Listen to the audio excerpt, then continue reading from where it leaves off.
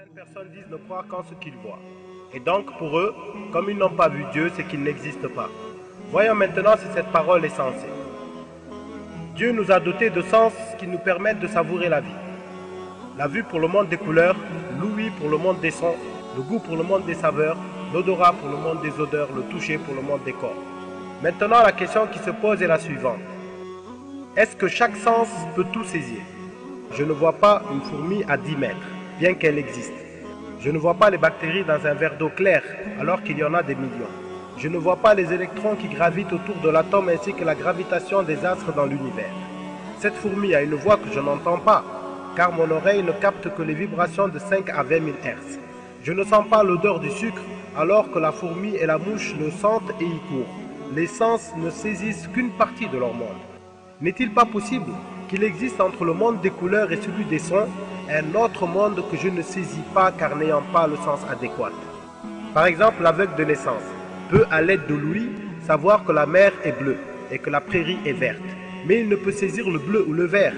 Le sourd peut apprendre les notes musicales, mais il ne peut en saisir la réalité. L'aveugle a-t-il le droit de nier l'existence de la couleur verte et le sourd la réalité de la musique puisqu'ils ne les saisissent pas? Une pièce par exemple. Une pièce t'apparaît totalement calme alors qu'elle contient toutes les chansons et les bruits qu'émettent aujourd'hui toutes les stations de radio. Tu ne les sens pas, car ce n'est pas une couleur que tes yeux voient, ni un son que tes oreilles entendent. C'est une vibration d'un autre type qui contient un son que ton oreille ne saisit pas, mais une radio peut te les rendre audibles. Tu ne sens pas les faibles variations de la pression atmosphérique, mais si tu utilises un baromètre, tu t'en rends compte. Tu ne saisis pas non plus les basses fréquences alors que le radar les saisit. Dans l'univers, de nombreuses choses ne rentrent pas dans le domaine des sens. Elles ne sont ni une couleur visible, ni un son audible, ni un inerte touchable, ni une odeur à sentir. Ai-je le droit de les nier car mes sens limités ne peuvent les saisir? Les sens sont-ils complets? Les anciens limitaient le nombre des sens à 5 et n'imaginaient pas qu'on puisse en rajouter. Mais il a été découvert actuellement d'autres sens qu'Allah a mis en l'homme. Toute chose qui peut augmenter est donc incomplète. Exemple, je ferme les yeux, je tends la main ou je la serre, alors je sens qu'elle est tendue ou serrée, sans que je l'ai vue ou touchée. À l'aide de quel sens je l'ai senti? C'est ce qu'on appelle les sens musculaires. Je sens la fatigue, l'épuisement, la nausée, la bonne humeur et la crispation, sans recours à aucun des 5 sens, mais à l'aide du sens intérieur. Je marche sans dévier, alors qu'un enfant trébuche lors de ses premiers pas. Une personne à vélo ou un équilibriste du cirque font des figures étonnantes. Avec quel sens maintiennent-ils leur équilibre?